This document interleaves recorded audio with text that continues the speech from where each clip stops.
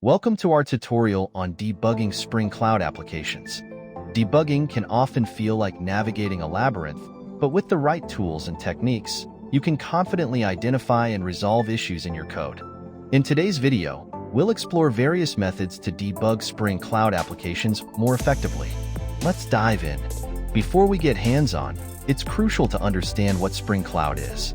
Spring Cloud provides tools for developers to quickly build some of the common patterns in distributed systems, such as configuration management, service discovery, circuit breakers, and more. To begin debugging, the first step is to ensure that we have logging configured correctly in our Spring Cloud application. Logging is your best friend when it comes to debugging applications. In this configuration, we set the logging level to debug. This will allow us to see more detailed logs in our console. It's important to strike a balance between verbosity and clarity, as too much logging can make it hard to find relevant information. Now let's move on to the Spring Boot Actuator. Actuator provides detailed insights into your application. It exposes monitoring and management endpoints. We can use these endpoints to gain valuable debugging information. After adding the actuator dependency, let's expose some endpoints in our application.properties. This will allow us to access metrics, health checks, and environment properties. Once you've configured your application, you can start your Spring Boot application. Go to the /actuator/health endpoint to check the application's health status. If there are issues, this endpoint will give insight into what may be going wrong. Another important area to inspect is the service registration and discovery aspects if you're using Spring Cloud Netflix Eureka. If your services are not registering properly, it could lead to issues in communication between them. You can check logs for registration messages or use the /eureka/apps endpoint to view registered applications. If your service isn't appearing, ensure that your Eureka server is up and running. This often isolates issues early in the debugging process. Now, let's look at exception handling. Unhandled exceptions can provide a wealth of information. If a method throws an exception, ensure that there's a handler in place to catch it. You can use the @controller_advice annotation to handle exceptions globally. In this code, we centrally log the exception messages. This step is essential because it not only gathers information but also helps in preventing application crashes. Let's also discuss using breakpoints for debugging. If you're using an IDE like IntelliJ IDEA or Eclipse, you can easily set breakpoints in your code. This allows you to pause execution and inspect variable values. To set a breakpoint, simply click on the gutter next to a line of code in your IDE.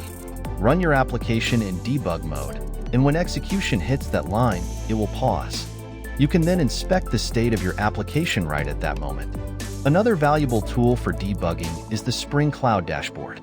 This tool helps in visualizing various aspects of your Spring Cloud applications, including service status, runtime metrics, and also allows for viewing logs. By adding Spring Cloud Sleuth to your project, you'll receive tracing capabilities, which adds IDs to your logs. This will help you trace requests across distributed systems, allowing better debugging of complex interactions between microservices. Let's check how we can utilize debugging tools when working with Spring Cloud Config Server. Config issues are common, especially when the server cannot find property files. Ensure your config server is correctly running and accessible. You can check the /config endpoint to see what configurations are available. Next, let's explore the debugging capabilities of Spring Security within your cloud application.